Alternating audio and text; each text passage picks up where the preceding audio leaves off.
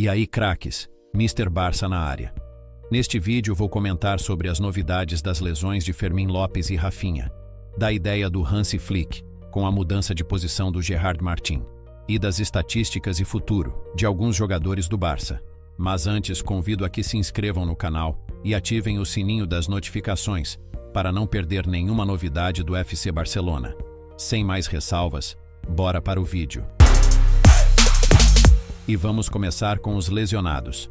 Pois segundo o Mundo Deportivo, tanto Rafinha quanto Fermín Lopes estão praticamente descartados para o próximo jogo contra o Girona, no dia 18 desse mês. A expectativa inicial era que eles pudessem contar com minutos nessa partida, para irem ganhando ritmo e recuperar o condicionamento ideal. Mas, ao parecer, não poderão estar. Mesmo assim, com Fermín Lopes, ainda existe alguma possibilidade que possa ser convocado, e as notícias dos próximos dias serão importantes para entender melhor a situação. Em relação ao Lamine, segundo o diário AS, está progredindo muito bem da lesão no pubis, e que não ficará de fora de tantos jogos, porém vão regular melhor os minutos do jovem jogador. Eles até afirmam que poderia jogar alguns minutos contra o Girona, mas que sua volta completa será cuidadosamente trabalhada, e o plano do Barça é tê-lo ao 100% contra o Real Madrid. Vocês já sabem a minha opinião, quero ver todos eles recuperados e jogando para o Barça imediatamente, mas sabemos que cada recuperação deve ser entendida, e a comissão técnica deve compreender que é melhor aguardar um pouco mais, para poder recuperar bem os jogadores. E em relação ao Lamine Yamal, eu não colocaria ele ainda contra o Girona, pois ele ficou de fora da convocação de sua seleção, e está se recuperando bem nesses dias, mas acho que ainda é muito cedo para dar minutos ao Lamine. Eu começaria a dar minutos contra o Olympiacos, caso o departamento médico concorde. Mas agora é aguardar para ver se poderemos ter de volta contra o Girona alguns jogadores, e sabemos da importância do Rafinha, Yamal e Fermín Lopes, principalmente nessa pressão e vontade que dão para a equipe. Agora, vamos trocar uma ideia sobre o Gerard Martin e do que alguns meios de comunicação comentam sobre os planos de Hansi Flick em relação a ele. Já sabemos que Alejandro Balde está retornando ao seu melhor estado físico e inevitavelmente voltará à titularidade na lateral esquerda. E o Gerard Martin, nesse tempo, fez boas atuações, cumpriu com seu papel na maioria dos jogos e mostrou que quer brigar por ter vários minutos durante a temporada. E por esse motivo, Hansi Flick estuda colocar o Gerard Martin na zaga esquerda, em uma formação que ele já tinha provado na pré-temporada. E alguma vez já comentei que, para mim, o Gerard Martin tem mais condições para ser zagueiro do que lateral. Ele tem um bom tempo e interpretação dos lances adversários, compreende bem a linha de impedimento implementada por Flick, e é muito mais consistente na defesa do que na participação de ataque. E como lateral, lhe falta velocidade e contundência na recomposição. Além disso, ele é canhoto e seria o único zagueiro canhoto no elenco, desde a saída do Íñigo Martínez. Lembremos que o Cubarsí muitas vezes joga na esquerda, mas ele já disse que prefere jogar na direita, e isso é natural pois é destro. Não quer dizer que o Gerard Martin vai passar na frente do Ronald Araújo e do Christensen da noite para amanhã. Mas pode ser uma possibilidade interessante para que tenha mais minutos do que sendo apenas um reserva para a lateral esquerda. Até mesmo porque na lateral também temos o Geoffrey Torrents da base, que tem características mais interessantes para a posição, mas, é claro, ainda precisa ganhar experiência.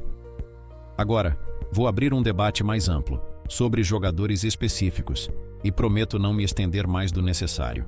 Eu gostaria de falar das atuações e estatísticas do Marcus Rashford, pois até o momento soma 3 gols e 5 assistências em 10 jogos. 8 participações em 10 jogos não está nada mal para um jogador que acabou de chegar no clube. Ele teve mais chances como titular do que o esperado, justamente pela lesão de alguns jogadores importantes, e cumpriu bem em alguns jogos, o que mostra que foi boa contratação e está dentro das expectativas. Aí muitos vão me dizer que o Luís Dias, que era uma das opções de contratação do Barça, está a um nível muito melhor que ele, e também acabou de chegar no Bayern de Munique. Mas é claro, pois o Luís Dias já vinha de temporadas muito boas, e por isso também era muito mais caro que o Rashford. Então, Pelas condições financeiras do Barça e o bom desempenho do Rashford, para mim foi uma ótima escolha. E devemos apoiar o jogador, pois está evoluindo bastante, e no jogo contra o Girona, será importantíssimo que chame a responsabilidade novamente, na ausência de Rafinha e Lamine.